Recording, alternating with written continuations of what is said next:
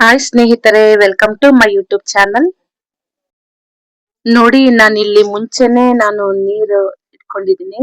ಒಂದ್ ಪಾತ್ರೆಯಲ್ಲಿ ನೀರ್ ಮಳ್ತಾ ಇದೆ. ಆ ಮಳ್ಳೋ ನೀರಿಗೆ ನಾವು ಒಂದ್ ಲೋಟ ಬೇಳೆ ಹಾಕ್ಬೇಕ್ರಿ.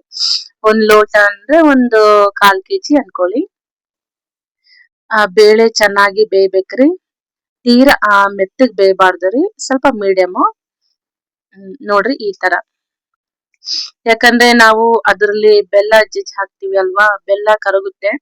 ಆ ಟೈಮ್ ನಲ್ಲೂ ಕೂಡ ಬೇಳೆ ಬೇಯ್ತಿರುತ್ತೆ. ಹಾಗಾಗಿ ನಾವು ಜಜ್ಕೊಂಡು ಬೆಲ್ಲ ಹಾಕ್ತಿವಿ ನೋಡಿ.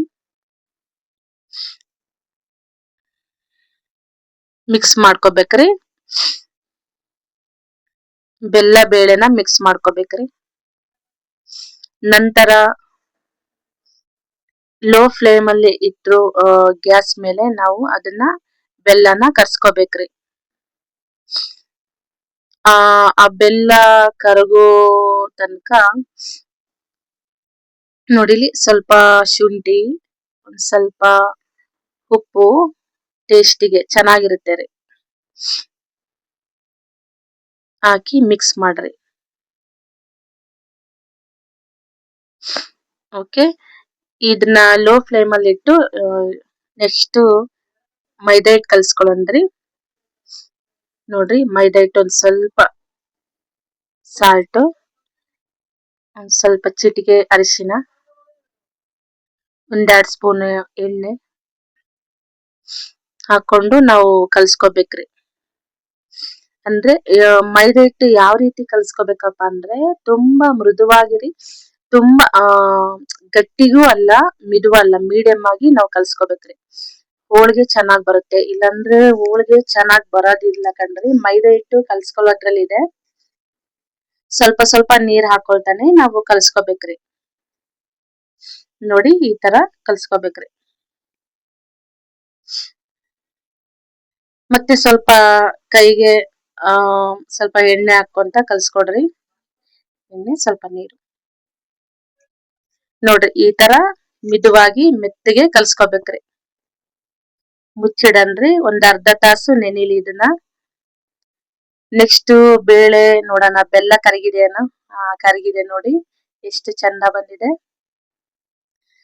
ಒಂದ್ 2 ಯಾಲಕ್ಕಿ ಹಾಕೊಳ್ಳೋಣ್ರಿ. ಯಾಲಕ್ಕಿ ಟೇಸ್ಟ್ ಇರುತ್ತೆ ಕಣ್ರಿ, ಯಾಲಕ್ಕಿ ಹಾಕಿದ್ರೆ. ನೋಡಿ, 2 ಯಾಲಕ್ಕಿ ಹಾಕೊಳ್ಳೋಣ್ರಿ, ಚೆನ್ನಾಗಿರುತ್ತೆ. ನೆಕ್ಸ್ಟ್ ಮಿಕ್ಸಿ ಜಾರಿಗೆ ಹಾಕೊಳ್ಳೋಣ್ರಿ.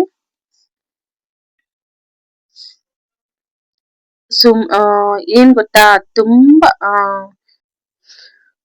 ಬೇಳೆ ತುಂಬಾ ನುಣ್ಣಗೆ ರುಬ್ಕೋಬೇಕಂಡ್ರಿ. ನುಣ್ಣಗೆ ರುಬ್ಕೊಂಡ್ರೆ ಮಾತ್ರ ಹೋಳಿಗೆ ಚೆನ್ನಾಗ್ ಬರುತ್ತೆ, ತಟ್ಲಿಕ್ಕೆ ಚೆನ್ನಾಗಾಗುತ್ತೆ. ನೋಡಿ, ಈ ತರ ನುಣ್ಣಗೆ ರುಬ್ಕೋಬೇಕ್ರಿ. ನೆಕ್ಸ್ಟ್ ಈ ಹೂರ್ಣದ ಉಂಡೆ ಮಾಡಂದ್ರೆ, ಮುಂಚೆನೆ ನಾವು ಉಂಡೆ ಮಾಡ್ಕೊಂಡ್ರೆ ಹೋಳಿಗೆ ಮಾಡ್ಲಿಕ್ಕೆ ಈಸಿ ಆಗುತ್ತೆ. ನೋಡಿ, ಈ ತರ ಉಂಡೆ ಮಾಡ್ಕೋಬೇಕು. ಮುಂಚೆನೆ ಹೂರ್ಣ ಉಂಡೆ ಮಾಡ್ಕೊಂಡಿದ್ರೆ ಹೋಳಿಗೆ ಬೇಗ ಬೇಗ ಮಾಡ್ಬೋದು, ಬೇಗ ಆಗುತ್ತೆ ರೀ. ಬೇಗ ಹೋಳಿಗೆ ಮಾಡ್ಲಿಕ್ಕೂ ಈಸಿ ಆಗುತ್ತೆ ರೀ.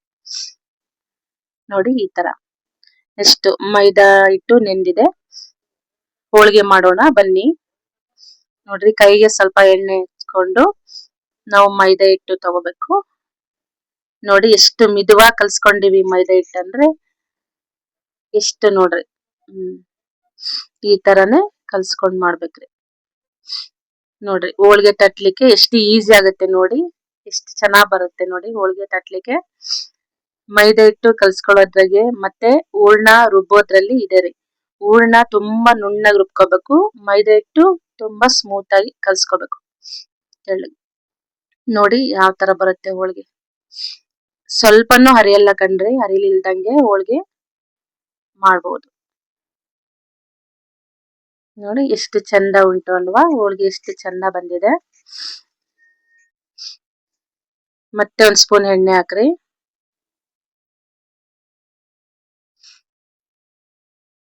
ನೋಡ್ರಿ, ಕಲರ್ ಎಷ್ಟು ಚಂದ ಬಂದಿದೆ ನೋಡ್ರಿ. ಸ್ವಲ್ಪ ಚಿಟಿಕೆ ಅರಿಶಿನ ಹಾಕ್ತಿವಿ ಅಲ್ವಾ, ಯಾಕೆ ಹೇಳ್ರಿ ಕಲರ್ ಬರ್ಲಿಕ್ಕೆ ಹೋಳಿಗೆ ಒಂಥರ ಕಲರ್ ಆಗಿ ಚಂದ ಕಾಣುತ್ತೆ ರೀ ನೋಡ್ಲಿಕ್ಕೂ ಚೆನ್ನಾಗಿರುತ್ತೆ